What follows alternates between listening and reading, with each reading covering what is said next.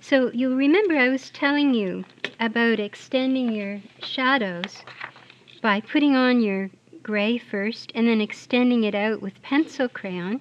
There's a method of doing it. If you have a really soft pencil crayon, like a Prismacolor, you can shave some of the pigment off and use it the way you would a pastel. Pastels are beautiful. If you've used them, you know how gorgeous they are. But they're not practical for commercial use.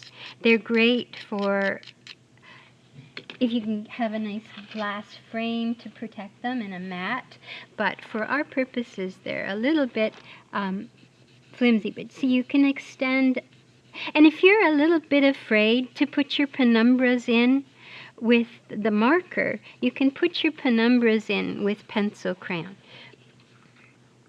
So, for example, in this case, the mirrors and the penumbra above, it's a light wall. It's very pale, so I didn't want to go in with a heavy marker. So now I've got just a little bit of pencil crayon, and I applied it this way. But if you don't have a particular color and you really want to get that particular color of your material, this is a way to get it. You see, in between the grays, it doesn't have any body. But if I put it over a gray, it has some body, and it will relate more completely and better with whatever else you've got going. See, has much more body than it has here. And you can continue to adjust it as you go. So that's another little method. Let's see where we are on our agenda. So that was layering our shavings. The other thing you can do, and this I like to do because you're halfway done, you can take one of these huge Copic markers that I think I showed you one already, that big wedge marker, and you can put it over the whole floor plan, and it will give you a starting point. So all I did was take a piece of card. You need a piece of card to do this. I think I have it out here somewhere. And you would put that gray over the whole thing, and you are halfway done. So I would just... Now, these wedge markers, pretty much everybody has these. You can also fill them with ink. So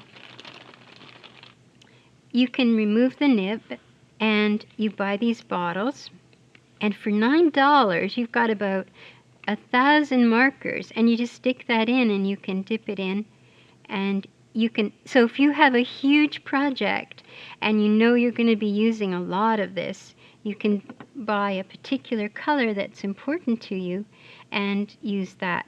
This is a 3 gray, and it is admittedly a little dark, but you can work over this and it will work. You just have to get this lined up. And you're almost halfway done here once you get that much on.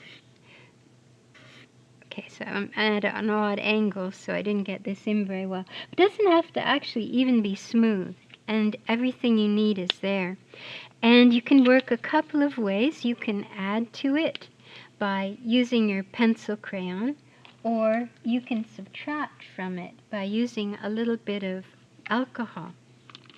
It has to be isopropyl alcohol, but supposing I want something on this to be really, really, really cool, and it's not going to look cool with all that warmth underneath it, so I'll have to get something off of there. I'm looking for my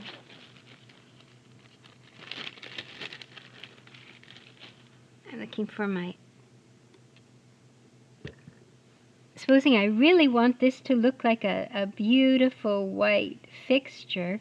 It's a little too much maybe, but I can get that off by just putting the alcohol on here.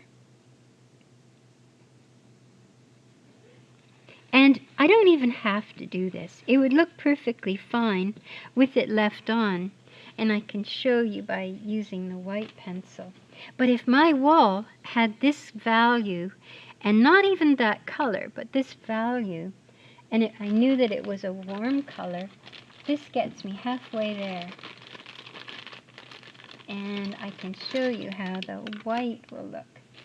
Another thing you might like to look into are the Prismacolor art sticks.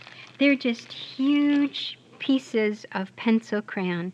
They're maybe $1.50 or so, and you can buy them separately. And they're great because you can do large areas. They're just large pieces of white that you can use. So this is about dry. So I can put this on, and I can get it pretty close back to white. I can also use gouache. I put a little too much on. That's why I have that little bit of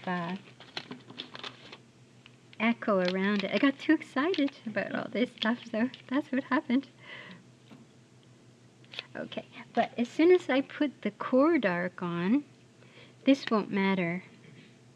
Now, these Prismacolors, I can fill them with Copic ink too. So see, it's beginning to come around now. I'm beginning to see the form of my fixture. And the wall, if my wall was that value but not that color, I could put pencil crayon over top just to shift it the direction I want to go. This is called flavoring. You can flavor it.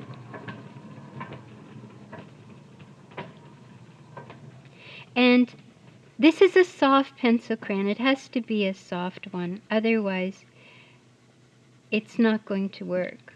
And I can blend that in. I could put a little bit of white. If you have a little backlash like that, just use a little white to knock it back. So, but that, I'm halfway there when I get that, the right gray down. Although this one seems particularly dark, I can work with it. The other thing, of course, I hope you all still have your gouache, your white gouache, because this can be a real friend. So, let me see now. I have brushes. Can't find a brush right now, so I'll just put a little.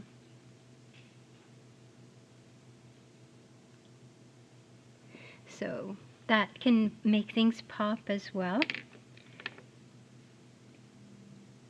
Okay, add a pencil here.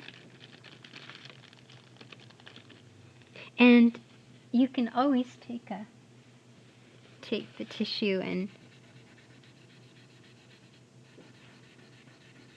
blend that in.